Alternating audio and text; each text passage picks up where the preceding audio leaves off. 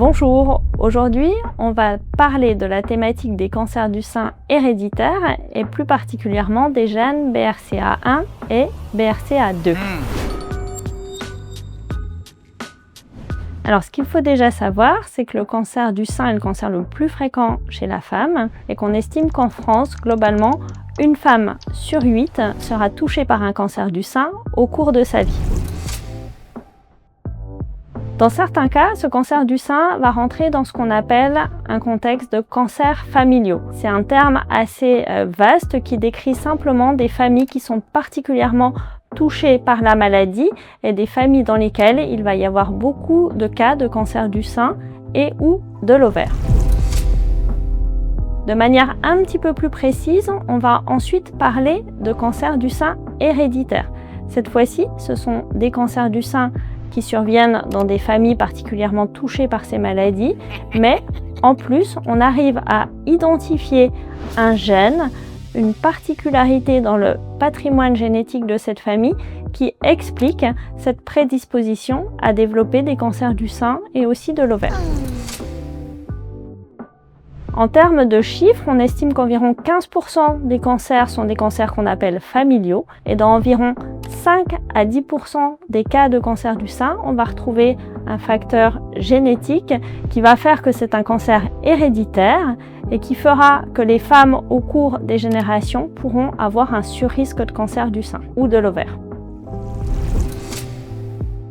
Alors, la bonne nouvelle dans tout ça, c'est que grâce au progrès de la recherche, on peut maintenant faire un test génétique et une analyse pour savoir si les femmes qui développent un cancer du sein dans certains contextes, par exemple les cancers du sein triple négatifs, ou lorsqu'il y a beaucoup de cas de cancer du sein dans la famille, ou lorsque le cancer survient à un âge particulièrement jeune, dans ces cas-là, donc on va pouvoir faire un test pour savoir si le cancer est héréditaire, ou alors si c'est simplement, entre guillemets, la faute à pas de chance.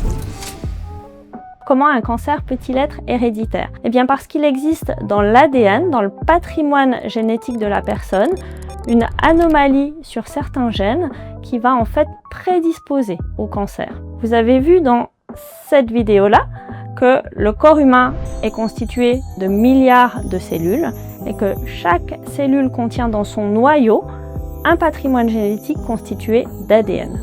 Il y a environ 20 000 gènes dans notre ADN humain. Et certains gènes, pour les plus connus, BRCA1, BRCA2, un petit peu plus rares, PALB2, RAD51, etc., vont pouvoir, s'ils ont une anomalie en leur sein, favoriser le fait de développer à un âge jeune en général, mais pas toujours, un cancer du sein ou un cancer des ovaires.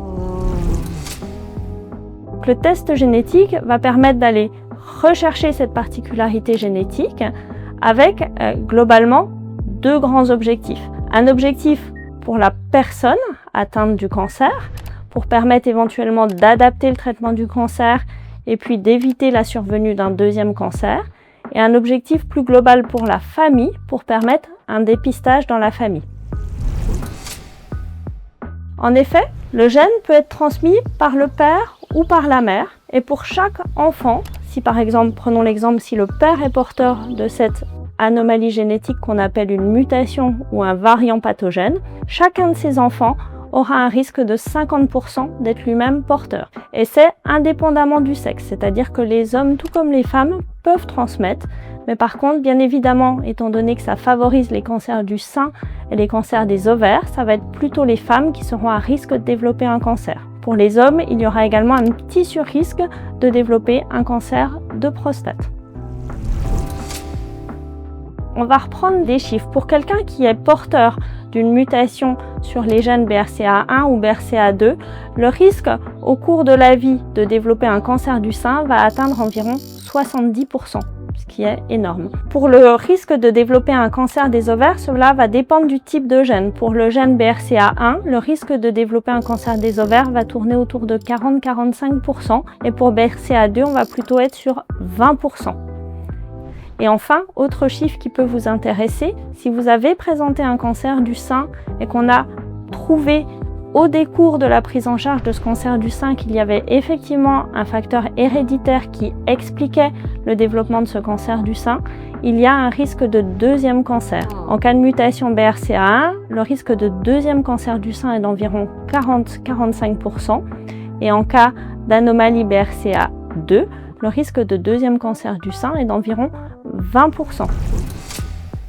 Bien évidemment, ces informations sont là pour mieux comprendre pourquoi le cancer s'est formé, mais aussi surtout pour pouvoir intervenir et pour pouvoir changer la suite, c'est-à-dire pour pouvoir proposer des stratégies qui vont pouvoir diminuer ce risque. Pour les ovaires, c'est assez simple, entre guillemets.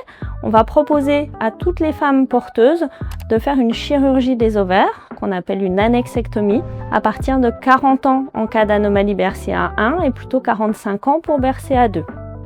Pour le sein, on va avoir deux solutions possibles. Soit la femme va prendre le moins de risque possible de développer un deuxième cancer du sein, ou un premier si elle n'en a pas encore fait et qu'on a découvert par une voie familiale qu'elle était porteuse. Et dans ce cas-là, la principale technique utilisée, c'est ce qu'on appelle la mastectomie prophylactique. Ça consiste à enlever la glande mammaire des deux seins pour éviter qu'un cancer puisse s'y développer.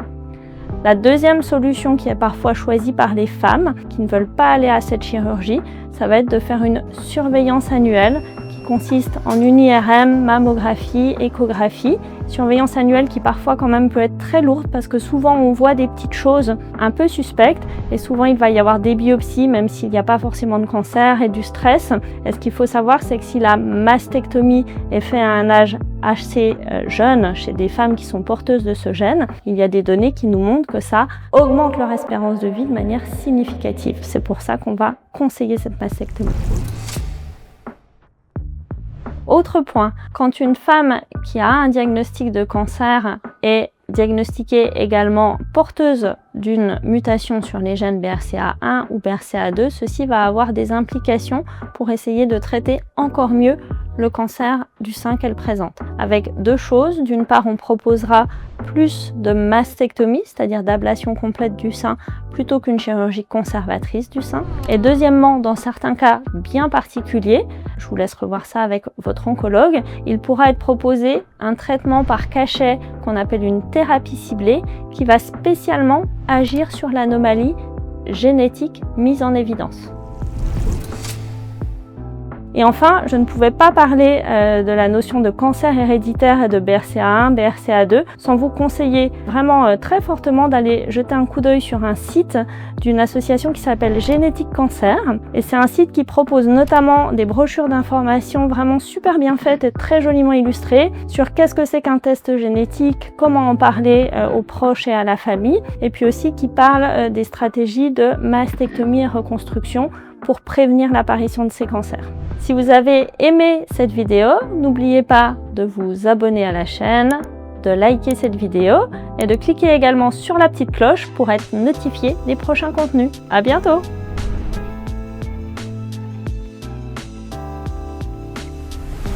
Canceroc ? Canceroc. Des infos scientifiques du cancer rendues accessibles.